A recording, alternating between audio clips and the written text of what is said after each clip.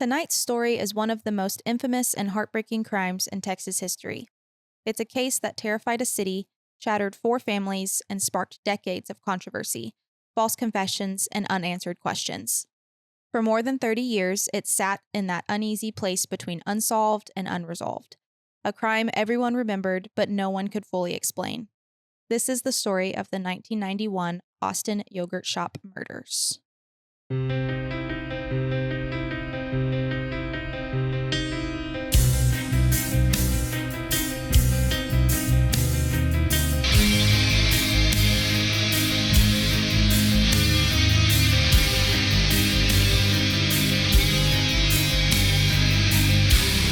Sisters of the Strange.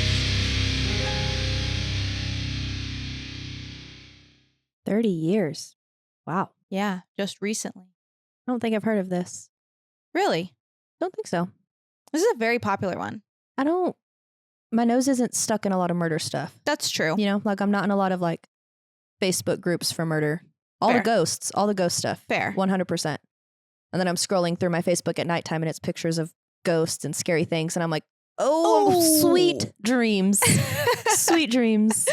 Yeah, mine's just like mug shots and, crime scenes and Well, I mean, I get the things. mug shots for Park say cheese County? Parker County. God. But That's such a fun pastime. yeah.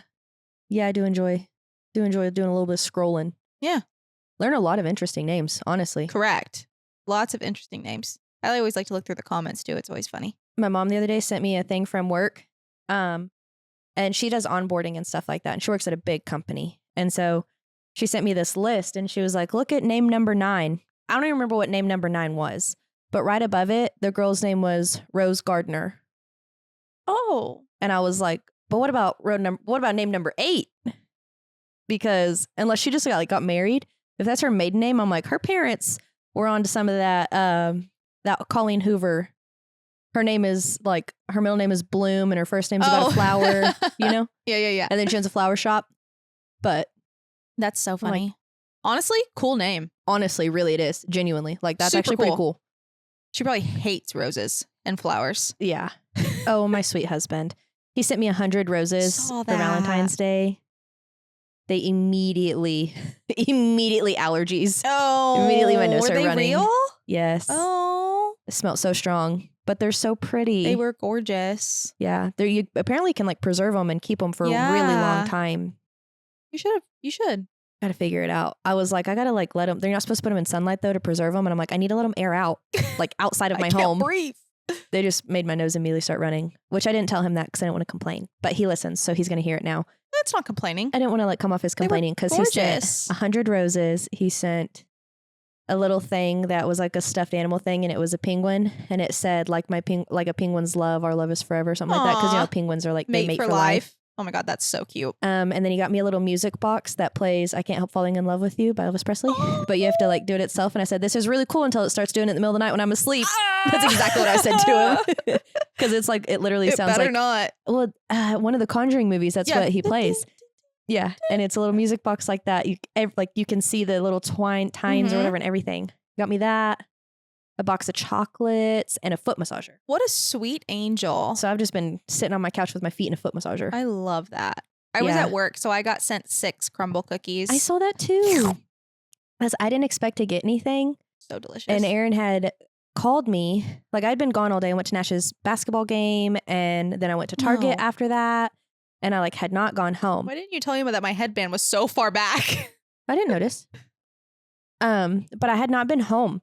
And when I got home, I instantly started doing some making myself food, and I was just doing general cleanup because I hadn't been home all day. And so I just wasn't, I don't know, I didn't open any of the Amazon packages. And Aaron was like, "Can you open my Amazon packages and check them, please?" He was like, "I got this order," and he said he bought an inversion table that you can Mhm. lay upside down on. And he's like, "I bought an inversion table. You might need to use the dolly to bring it inside," the dolly that I took from Dad for my water. Yeah. And I was like, "I carried it in with one hand." And he was like, "Oh, that's weird." And I was like, "Yeah, you're going to break it if you lay on something that I could carry in with one hand. That's not good." But I was in the middle of eating my dinner. And he was like, "Well, I guess call me when you're done eating and open it so I can call the people to get it fixed because clearly something's wrong. I was like, what's a Saturday? They're not going to fix it anyways. I'll open it later. And he was like, please just open the package. And then I opened it and it was everything that he had, like the roses were in that and then a different box had the other stuff. And I wasn't going to open them at all. I don't open his packages. And so like, I just wasn't going to. Yeah. He's like, girl, if you don't open these damn packages right now. Yeah. And then I opened it and I was like, oh, I FaceTimed him and I was like, you got me. Because I truly had no clue. He's like, yeah, why do you think I wanted you to open it so badly? Yeah, I genuinely had no clue. I was like, my bad. Because I honestly would not have opened it and he's not going to be home for another like week. Yeah. So they would have just been sitting in a box. Sat there. That's so funny. Yeah, my bad. Married life. Yeah. I'm like, I don't open your packages. Yeah. I don't either, to be fair. I'll ask him what he ordered and then if he tells me, then I'll open it. Yeah. Usually. I just, most of the time if I do open his packages, it's just like shit. So I'm like, I don't really care. Yeah, whatever. Yeah. Yeah. My husband opens all my packages. So I can't surprise that man with anything. Oh yeah. If I order something, I have to say, don't check the mail. Don't open any packages. It's okay. I don't check the mail. But no, Aaron will open packages too. There was one time he opened a package and it had like a ring in it or something. And he was like, why did you buy that? I was like, I didn't. That's not our package. And he was like, oh. I was like, yeah, you should probably check the name next time. Yeah. I thankfully found the person on Facebook and I was like, my husband opened this and I am so sorry. He wasn't paying attention. I'll put it on the front porch. And they came and got it. But I was like, but he just be ripping shit open. Yeah. I'm like, damn, dude, chill. Good Lord. They're nosy, man. I'm like, yeah, I did go shopping. Leave me alone. And what about it? What else was I there was something else that I was going to say. Oh, I remember this after we recorded the other episode. I keep hitting my mic this week so bad. It's okay. Or I did it last week and now I'm doing it again. Anyways, if you guys remember the episode that I did on the Scream murders during Halloween, they just came out with a documentary about the case. Let me see if I can see what it's called really quick. Are you excited for the new Scream movie? I am so excited. It comes out on February 27th. It's on a Friday and I will be going. Yeah, I'm wearing next weekend is Supercross and I'm wearing my Scream shirt. Already? Mm-hmm. Dang. Yeah. I always thought that it was later. No, it's normally right around like Valentine's Day. Huh. Like 7 years ago today, it was today. Damn. But I'm going to wear my Scream shirt, my late night talking one, because it's got the good like retro colors. Oh, yes. So I'm going to wear that and just my Vans tennis shoes because I need some comfort over quality. Amen. But yeah, I'm super excited. It's going to be interesting this year because my brother's had his baby and we always go like first thing. Like we wake up and we are leaving the house at like 9, 10, 11 a.m. Then we get over there and do all the practice, go through all the pits. Like we watch everything. Oh my God, so fun. We're there all day. But now I don't know if we're going to because Coop. But he's going to be, they bought him little Vans. Oh, he's going to be in his little Supercross outfit? Yes, they bought him little Vans and either checkered overalls or checkered pants. Cute, of course. And then he had like, they uploaded a picture last night and he's wearing a little black hat and it's got like a checkered rim. And I don't know if they're going to wear, like if he's going to wear that. But it's going to be so cute. I'm so excited. I told my brother, I was like, okay, I'll be on Cooper duty. Because everyone that's going, like their spouses are going too, but mine's at work. And so I was like, I'll be on Coop duty. And he said, good, you can change his diapers. And I was like, okay, I don't know if I signed up for that. I don't know if I signed up for that part. That sounds like a parent duty to me. That sounds like a Macy or Caden problem. Yeah, amen. But anyways, Scream. I looked it up. Yeah, so there's a new that they literally just released it like on the 11th of this month. Oh, wow. Of February. It's called The Scream Murder, a true teen horror story. And it was a 3-part documentary series. I haven't watched it yet. My mom watched it already, but she's like on top of it all the time. I haven't had a chance to watch it. I haven't had time to watch it yet. So is it on like Netflix or something? It's on Hulu. Okay. Yep. I'm going to watch it when I go home. Yeah. So interesting. Definitely need to go watch that if you listen to that episode. I don't remember what episode number that was. I don't either. But anyways, let's talk about another murder because this one definitely has documentaries. This is a pretty popular one. I'm just going to go over the majority of it, the big pieces of it, and kind of where it's developed over the years and where we're at now, because we had recent updates in this case. So anyways, when we first started the podcast, I had a friend of mine from nursing school like Like when we first started, she was like, you need to cover this case. Yeah. Because all of this stuff has been going on for years and years and years and years. And I just like haven't done it. And so I was afraid to, because I was like, oh, there's going to be so much stuff. But I tried to lay it out best I could. So best I could. So here we go. I'm leaving stuff out. I'm so sorry. I probably am. So anyways, December 6th, 1991 in Austin, Texas. It was a Friday night at a small strip mall on West Anderson Lane at a yogurt shop called I Can't Believe It's Yogurt. They were preparing to close for the night, and there was 4 girls that were there. 17-year-old Jennifer Harbison and her coworker Eliza Thomas, also 17 years old.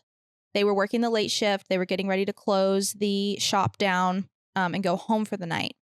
But they also had Jennifer's 15-year-old little sister, Sarah, and her 13-year-old friend, Amy, were there. And they were with their sister, waiting to go home, waiting for their ride, whatever. Yeah. The store closed at 11 p.m., 10 p.m., 11 p.m.-ish. So for them, it was a completely normal night. They were closing down. But right before closing, there was a little bit of this like weird thing that happened. So apparently a man had been allowed to come in and use the restroom kind of in the back of the shop about an hour before they started closing. And they think that like later on when they start investigating, they think that this man possibly was able to jam like the back door open to be able to get back in after everybody was gone. Yeah. So there was a couple that was in the shop as they were closing that reported seeing 2 men sitting at a table acting kind of weirdly while they were in there. And that was like post investigation, like after all of this stuff like comes out, right? So anyways, the shop closes at like 10:30, 11-ish. And just after midnight, somebody had called 911. And I think that it was possibly like a patrolman, like a patrol officer who like sees flames coming from the building. Oh. It's on fire. Yeah. And so they radio it in. And firefighters get there, police get there, ambulance get there. They force their way inside. They put out the fire. And then they find all 4 girls burned very horribly bad in this yogurt shop. Oh, horrible. So the way that they were found, they had been bound and gagged. And 3 of the girls, Jennifer, 17, Sarah, 15, and Eliza, 17, were tied up with their own underwear and shot execution style in the back of the head with a .22 caliber. What in the world? So it was like this, oh no, there's a fire and all these girls are dead. But this is not just from the fire. Like they didn't just die in this fire. Like there was something that went horribly wrong. So they had been severely burned in the fire, obviously, which at that point, when they found the bodies, the investigators were like, oh, this fire was after the fact to destroy any evidence that was possibly going on here. So Amy Eyer's body was found separately, and I believe she is the youngest of all 4. She was the 13-year-old. Unlike all of the other girls, she had not been completely fully burned, like charred. The other girls were pretty charred, like pretty bad shape. But she did have severe burns over most of her body. She had been shot 2 times, and 1 bullet was fatal to the head. Yeah. Which they all had gunshots to their head, but like she had 2 shots and there ended up being 1 that was fatal, if that makes sense. Yeah. And I believe, so she had been shot twice. The first time pretty much missed her brain, and the second shot was the one that fatally injured her, killing her. And it went like through her head and like out her jaw. So it wasn't like exactly execution style like the other 3. Mm-hmm. And then also at least one of them was sexually assaulted. And in the research that I looked up and the sources that I used couldn't tell me which one it was. Which I don't know, maybe is for privacy of just respect the victims, which is fair. But that is a big piece of this case, is that there was one of them who was sexually assaulted. And in my opinion, I think it probably was Amy, who was separated from the rest of them, who had two different shots. She had like a sock-like cloth that was tied around her neck as well. And so like there was a little bit difference between the way that the other three were found versus the way that she was found. Can you imagine No. being tied up like that? I mean, you don't want to. Mm-mm. But imagine being like me, you, and like Murphy or something. Like, we're just there. Normal night. We all went to Jump Extreme together. Yeah. Hanging out. We all get ambushed Down into to one close. space. Yeah. And I get shot first. And then Murphy gets shot next. And you're just sitting there waiting and you know it's coming for you too. Yeah. Like, even is that? Horrible. Scary. It's terrifying to imagine being one of them. Mm-hmm. It's like, ugh, yeah, terrible. Terribly horrible. Investigators also determined that there were 2 different guns that were used. So there was the .22 and then there was a .380 pistol as well. So whoever committed this horrific crime was able to control all 4 girls, carry out the murders, and then set the building on fire to attempt to destroy all the evidence. Yeah. So first off, you're thinking, okay, well, it was definitely an adult. I mean, this is what I'm thinking. Yeah. Definitely an adult. Most likely a large man, if not more than one man, Yeah. to control all 4 girls. Like, how did you get the... Unless you just like scared, like maybe he had the gun and he was like, everybody get down and close your eyes and I still think one whatever. person would have tried to have run. Right. With 4 against 1, I feel like one person, maybe. I don't know. Yeah, we don't know. I don't know. I feel like if I was in that situation, that's what I would say I would like to do, but I am not in this situation. But I feel like if feel here is the key word. I feel like if I was in that situation, there would be a time where it'd be like, maybe he turned his head and is only looking at one of you and one of you has the chance to run something. Yeah. So I would imagine maybe 2 Right.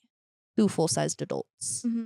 Yeah. That's where my brain would That's go. where my brain immediately goes to when I read this. But also to detectives as well, it looked to them like it was the work of experienced adults, Yeah. experienced in violence adults, not teenagers like doing some impulsive thing. Like, not saying that can't happen, but it just doesn't seem as likely. Yeah. Right? Okay. Glad we agree on that. In the early days of the investigation, there were dozens of leads. Police were kind of like chasing everything that they could as far as leads go, which they didn't have a lot of evidence other than like the MO and, that type of thing. And there was one teenager that they had found that was arrested a couple of days later with a gun of the same caliber used in the killings. And at that moment, like they were like, oh, this is good. We have something that matches. We're going to go for it. This seems promising. We could probably maybe find more lead here. And then detectives quickly realized that the teenager was acting erratically and maybe exaggerating to avoid having this weapon, like charges on him having this weapon.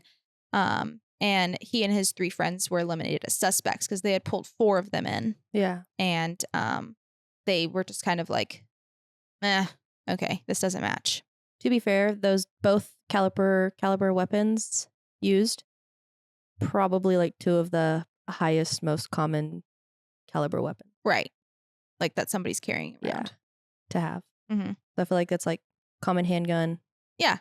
And .22, same thing, just common. Sure. And like we all have .22s. Yeah. So exactly. I feel like those are 2 very high like caliber guns to where a lot of people would probably have. Yeah. Maybe. Exactly.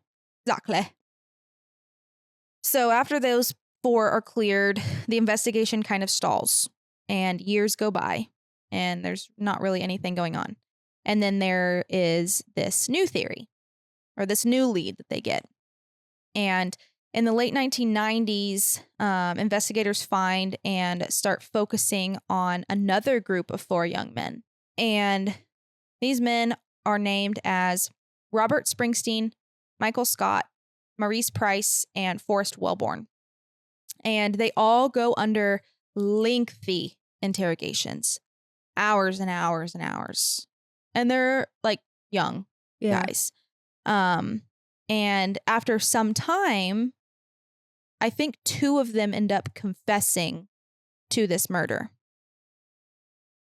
And their statements kind of matched each other, these 2 that confess. And so it implicated all 4 of them in the crime, the way that these stories kind of lined up. But the only thing that they had were these confessions. So that was kind of like a big problem because there was no physical evidence tying these 4 boys to these 4 murders. There was no DNA, there was no fingerprints, no weapon, just what these 2 guys said after being interrogated for hours. Yeah. So it was Robert Springsteen and Michael Scott. They go to trial, and both of them were convicted of capital murder. Springsteen was sentenced to death, and Scott was sentenced to life in prison. But again, this case against them literally rested entirely on their statements and confessions. No physical evidence. So I don't even know how that's possible. Yeah, I don't either. But I don't know. I'm not a law enforcement or a lawyer, so I have no fucking idea. Why would they get 2 different charges too? Yeah, I also don't know. I guess one said they did it and the other person maybe was just there. So there was many, many questions about these confessions that all these people were like, okay, so they confessed, but what else? You're missing a lot of pieces here.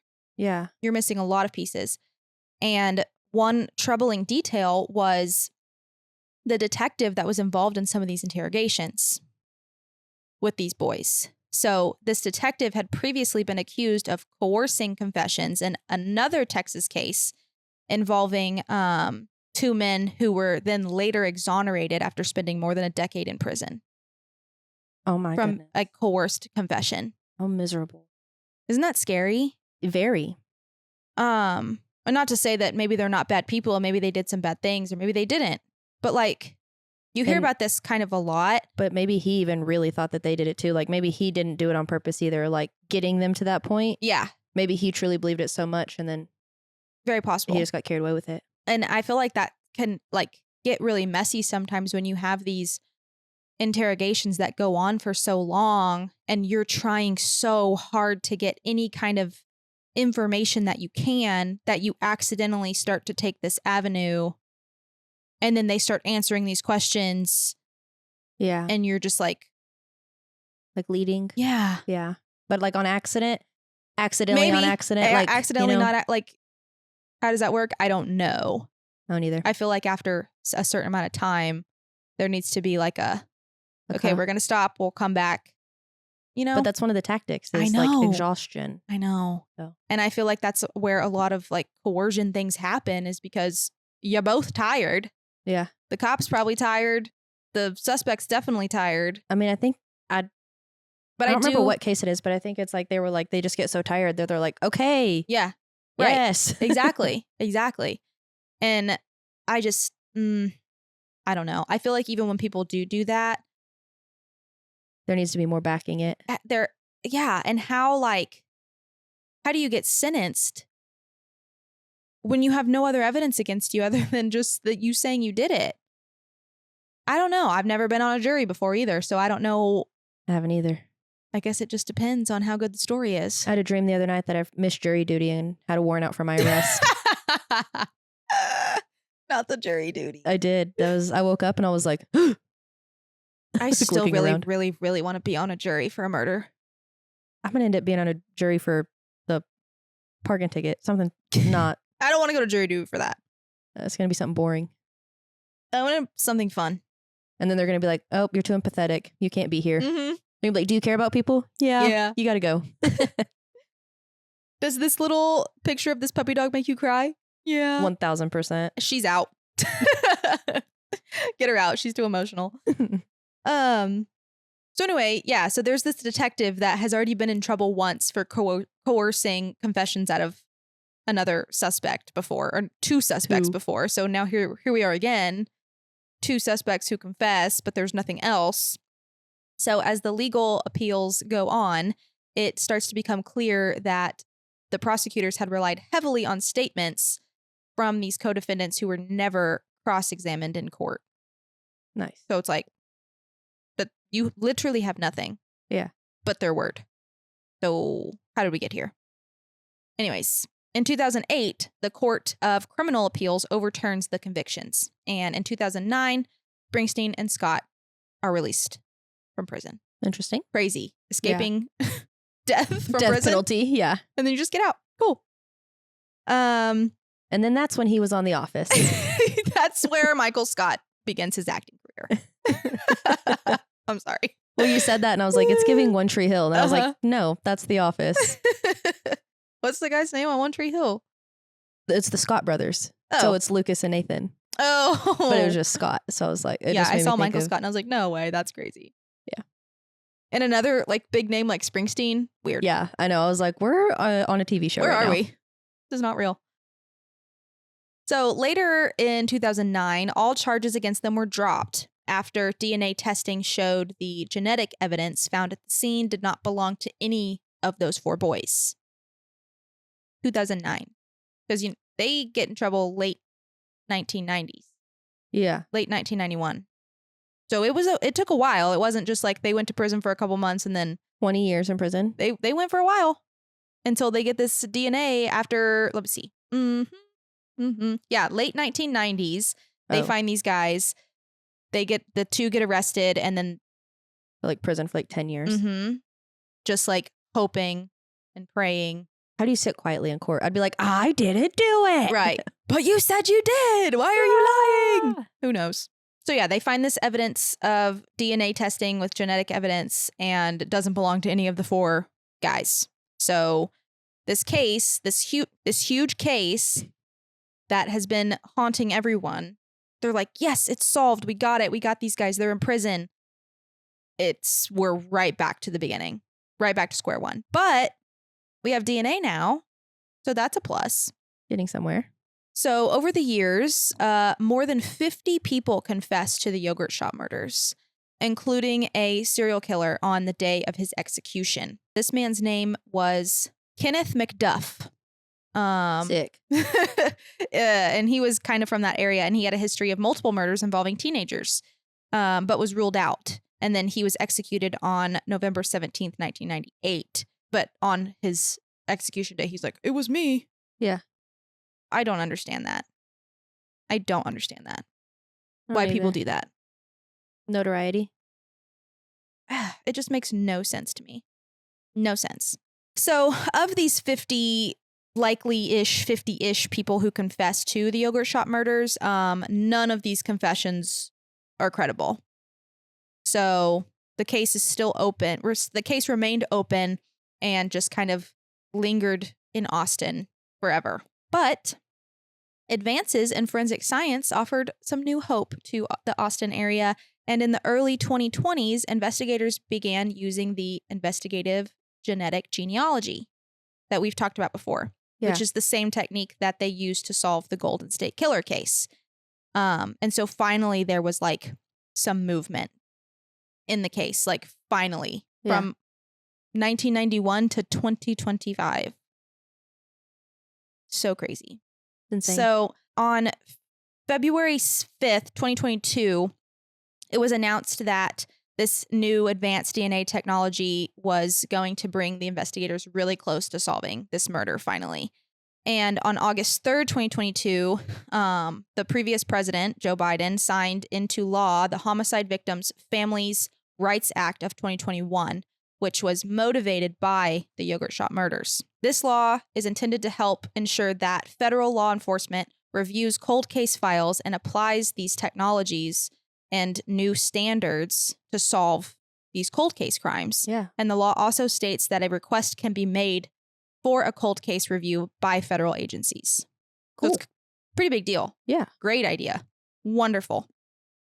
So then in September 2025, Austin police announced a major development in the case.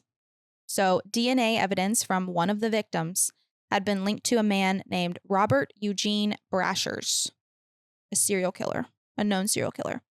And unfortunately, fortunately, I don't know, whatever you want to say, he had died decades earlier in 1999 after committing suicide during a police standoff. Womp womp. So a partial YSTR DNA profile matched genetic evidence recovered from the crime scene. And then ballistics analysis also linked a bullet casing found at the yogurt shop to patterns consistent with the firearm that he used to kill himself. Oh, wow. So that's crazy. Yeah. Super, super crazy. But because he was already dead, obviously, this case still has a lot of unanswered questions and he can't be charged. You know, did he act alone? Was he by himself? And will we ever really know the full story of what happened? Yeah. Probably not. But these murders really have left a permanent mark on Austin and the Austin area. Obviously, it changed how lots of parents viewed safety and how police approached interrogations and how courts evaluated confessions. But kind of like you had mentioned earlier, like, where were your parents? Like, why did your parents let you do that? Yeah. But if you think, then I asked, like, well, what time frame was it? This was in the early 90s. Yeah. Like, but I mean, my mom trusted me. Yeah. You know, like. And these girls were probably very trusted. They're 17 years old. They're working. It's probably their first job. That's why I would go with Murphy to work every Friday night. Yeah. Like. Yeah. Every Friday I forgot. night. Yeah, exactly. That's why I said the Jump Extreme situation. Yes, I forgot she worked there. I went. Yeah. Every single Friday night with her to work. And then whenever they would close, like when parents would come get their kids, Murphy still had to stay and clean. And I would just stay there. You just be there. Till 11 o'clock at night. And hope that the doors were locked. Yeah. Well, there was normally like multiple workers. Yeah, there was not. It wasn't just y'all. Yeah, of course. No, but still, we stayed for a long time, and my mom completely trusted that. Mm-hmm. It's your big sister, and you're with your big sister. You're safe. Yeah, and rightfully so. I mean, anybody would think that. I mean, we still didn't lock our we would leave our house and not lock our doors. Mm-hmm. So yeah. Now I would never do that. They also have. Well, I do it sometimes on accident, and then I get home and I'm like, oh. Got to scope the house. My doors are always locked. This case also helped to inspire this legislation that I was talking about, giving families greater rights to request reviews on cases and things like that, which I think is amazing. I think that's great. Yeah. Extremely appropriate. But of course, beyond all the policy change and, you know, forensic aspects of this stuff, like the real legacy of the case lies with the 4 girls who did not deserve a single bit of what happened to them. And it's really, really horrible. There's a memorial bench, I believe, in Austin somewhere for them. Like, this was a huge case there. Yeah. Rightfully so, because it went so many years without being solved. And then it technically gets solved, but, you know, we don't really know for sure the true like you answers. Don't have a lot of answers to it. Yeah. And for a lot of years, there were so many theories, like so many like online, you know, sleuth type people who were like into the case and like trying to help solve it and this and that and blah, blah, blah. There's so many theories that were out there that have been talked about for years of people who it could have been and people they thought that it was and blah, blah, blah. And so at least that part of it is answered, you know? Yeah. To maybe hopefully give it a little bit of a rest. And I obviously didn't go into all of those theories and things like that because what's the point? It's a lot and we know who did it and he's dead. So yeah, that's all you really got. Yeah. That's horrifying. Anytime I hear like it happened to a little girl or it's sad for me anyways, but then I always compare it to like the only person in my life who is a 12-year-old girl is my niece. Mm-hmm. And I'm like, the thought of anything happening like that to her makes me want to rampage. That makes me want to lose my mind. Yeah, it's terrible. And so I that's exactly where my brain connects the dots and I cannot fathom. Yeah. It's just so scary to think about. But again, it like well, I feel like you think creeps. It ties back into that what we were just talking about in your episode, like being aware of your surroundings and not saying that like they weren't or anything like that, but like just being vigilant because you never know who Yeah. is going to be around. Not saying that nothing that they did was their fault, because it was not at all. But you just never know. You don't. It's so scary. And you think, like, when I hear 13 to like 16-year-old girls, I'm like, oh, they're pretty mature, like pretty adult. Yeah, But then what I were we think of- doing? But then I think of like Ella at 12, and I'm like, no, she's a child. Yeah. She's a child. She's a child. Ugh. Literal child. Yeah, there's a bench in one of the cemeteries in Austin, and it's really pretty. It's like a really nice like stone bench, and it says "Our Girls," and then it's got their like They give me little the chills. plaques. Yeah, the friend of mine, Sarah, who has like been following this case forever, she was there and like went to pay her respects because she's like been into this case for so long. Wow, that's really sad. Mm-hmm. Ooh, that gave me the chills. I know, isn't that crazy? So yeah, whenever you started talking about yours, I was like, oh, this honestly kind of like Goes together. yeah, it kind of goes hand in hand a little bit. It's crazy. Yeah. But I also think that it's crazy that they were able to match the ballistics of the gun in the crime versus the gun that he committed suicide with. Yeah. Like, what a full circle moment for that guy. Yeah, that's good though. Mm-hmm. Ooh, I don't have many words. The stuff like that just makes me like uneasy. Mm-hmm. Yeah, it's a big one. It's a heavy one, but that's why I didn't get into like a super lot of the details because there's like multiple like things that you can. There was a new documentary that came out, I think in 25 when they solved it, or as they were like getting close. Yeah. It's like a 4-part series or something on HBO, I think. Literally just called The Yogurt Shop Murders or something. So there's a lot out there on it, but I wanted to cover it because it's Texas and Yeah. you know, the big one. So Yeah, that was good. thanks. Yeah. This is a scary one. It's super sad. Yeah, I'm like, my And spirits are down. And I think there's somebody I think it was somebody in the Discord or somebody commented that one of the episodes that we did, they remember like maybe there being a Criminal Minds episode that was similar to that. I feel like I read that as well. But I don't read remember it what somewhere. was. I'm sorry, I don't know where it was. But I also remember watching a Criminal Minds episode that was very similar to this too. Yeah. I watched a lot of Criminal Minds. It really jacks with Oh, I love that show. It's so good. I Yeah, always somebody think of noticed. the- Somebody noticed my stickers because I have Spencer and Hotchner on here, and I was like, honestly, being able to see that from that camera is some serious fangirl shit. Even though I'm pretty sure it was a man. No offense. Investigating. Yeah. Yeah. Investigative skills on flick. Yeah. On fleek. On fleek. On fleek. I have most of my favorite things on here. Most of them. I have my tattoo. I have Harry Potter. I have Star Wars, pop punk, and Criminal Minds. I don't put stickers on anything. I'm I scared. love stickers. I'm scared of them. I like clean, like slates. I And love so stickers. It freaks me out. I just love being able to like I have them. express myself in that manner, you know? Yeah. Like on my work badge, I have like there's so many pins on it because I just like to, and my backpack has pins and buttons and like Velcro on it. Gives me a little bit of anxiety. I have a cup that's just covered in meme stickers. I like I just that. love it because it expresses who I am as a person. I like it, but I'm also like, no. No. No. I keep everything clean. No. I don't like clutter. This case I bought on Amazon for like super cheap, and they have like every single color. See, my And computer I was doesn't like- have cases, or else I might put stickers on it. I was like, whenever I get ready to, like, if I get tired of these stickers or if I want to put more stickers, like, I wouldn't put any more than what's on here right now. I would just Yeah. buy another Case. case and buy stickers to match that case. Yeah. Does that make sense? Yeah, no, I've looked. My computer doesn't have cases because I've considered Aw. doing the same thing. Like, Yeah. I like stickers, but they also like make me nervous.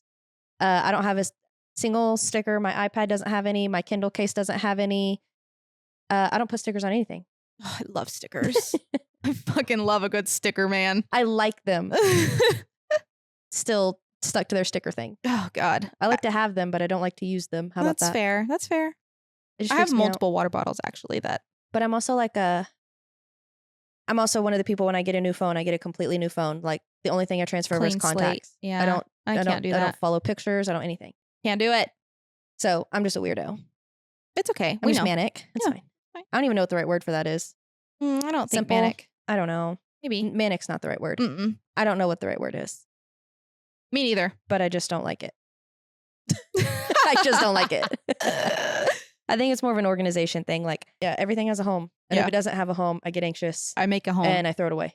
No, if it doesn't have a home, I don't need it. Fair. Do you Don't have a like junk drawer? Kinda. I have 2. Kinda. I kinda have one. I have 2. And they're right next to each other. Aaron's nightstand is a junk drawer because it's all his stuff. To be fair, all the stuff in the junk drawer could probably go in the trash. That's why I asked, because you're like, Yeah. if it doesn't have a home, I'll throw it away. And so I'm like, what about like a junk drawer though? You know? Not really. My junk drawer is like, it's got my tacks in it. So it's like a Mhm. kind of drawer that doesn't make sense, Yeah. but it's like stuff that I All right. Well, that's all I've got. I hope that it satisfies you all, and I hope that it was good and I had enough research. I didn't, but I did. I did do the research. I feel like I didn't have enough, but now I'm just going to feel like that all the time. yeah, with all our nice comments. But anyways, if you like that, like, comment, subscribe on all of our platforms, YouTube, Facebook, Instagram, TikTok, join our Discord. It's growing. The podcast is growing. It's doing great. It's flourishing. So much fun. It is so much fun. If you have a story, you need to send it to us at sistersofthestrange@gmail.com. We're probably going to do a listener story at the end of the month, which is going to be next week after this episode comes out. So we've got quite a few, I think, pretty lengthy stories that we could probably do a pretty good listener episode with this month.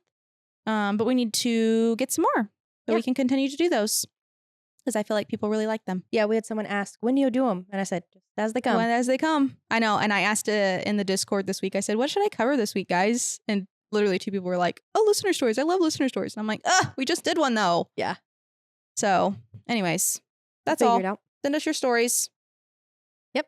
To be featured on the pod. That's all I got. Big news. All right. Okay. We'll see you guys next week. See you next week. Bye. Bye.